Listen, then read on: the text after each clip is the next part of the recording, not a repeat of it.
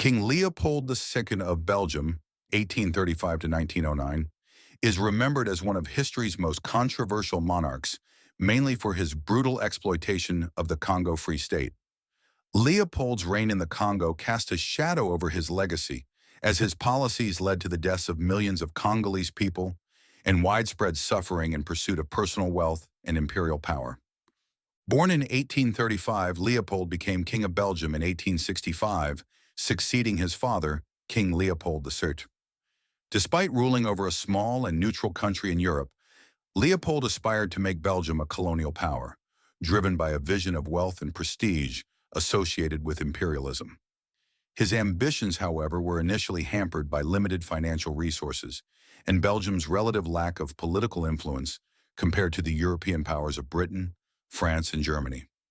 Unable to secure territories through conventional channels, Leopold turned his attention to Central Africa, which had yet to be colonized by European powers. Using humanitarian rhetoric and diplomacy, he portrayed himself as a philanthropist eager to bring civilization to the Congo Basin. In 1885, at the Berlin Conference, a meeting of European nations to divide African territories, he persuaded European powers to recognize his personal control over what became known as the Congo Free State. Unlike other colonies, which were typically governed by nation-states, the Congo Free State was considered Leopold's private property. In reality, Leopold's motivations were far from humanitarian.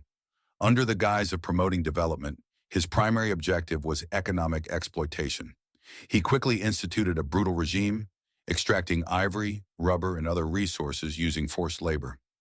The system relied on a combination of violence, intimidation, and punitive practices designed to maximize resource extraction, including cutting off the hands of workers as punishment or to meet quotas.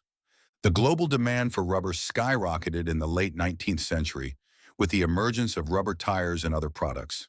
Leopold exploited this demand, establishing a brutal forced labor system to harvest rubber in the Congo. Villages were required to meet quotas, with severe punishments for those who failed.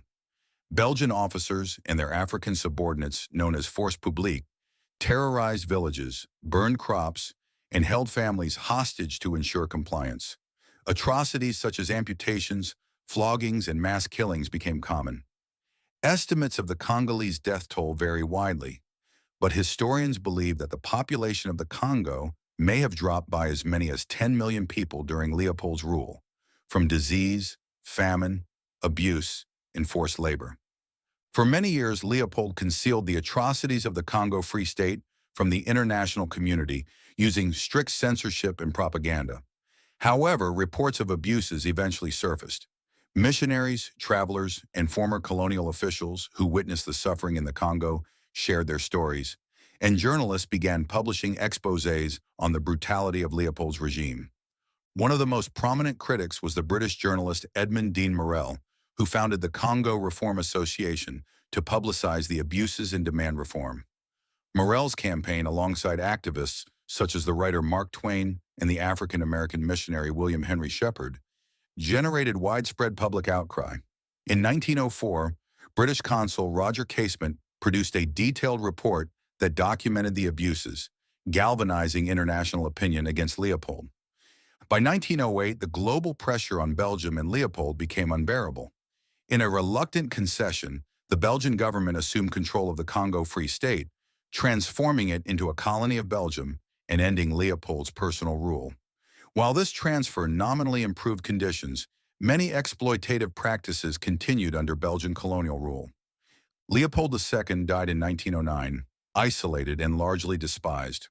Although he invested the wealth he extracted from the Congo into grandiose public works in Belgium, including opulent palaces and public buildings, his legacy remains tainted by his actions in Africa. The Congo Free State is now widely regarded as one of the most brutal episodes of colonial exploitation in history. Leopold II is largely remembered as a symbol of colonial brutality. His actions have led to calls for accountability and reparations in Belgium, as well as renewed scrutiny of Belgium's colonial past. Statues of Leopold have been defaced or removed in recent years, as many Belgians reconsider his legacy. Meanwhile, the Congo's experience under Leopold's rule left enduring scars, with a legacy of economic hardship, political instability, and suffering that continued throughout the 20th century and into the present. Leopold II's exploitation of the Congo serves as a reminder of the human cost of imperial ambition and has sparked ongoing discussions about historical memory, justice, and the legacies of colonialism worldwide. Thank you for listening to History Videos 101. Don't forget to subscribe and follow us for more fascinating content.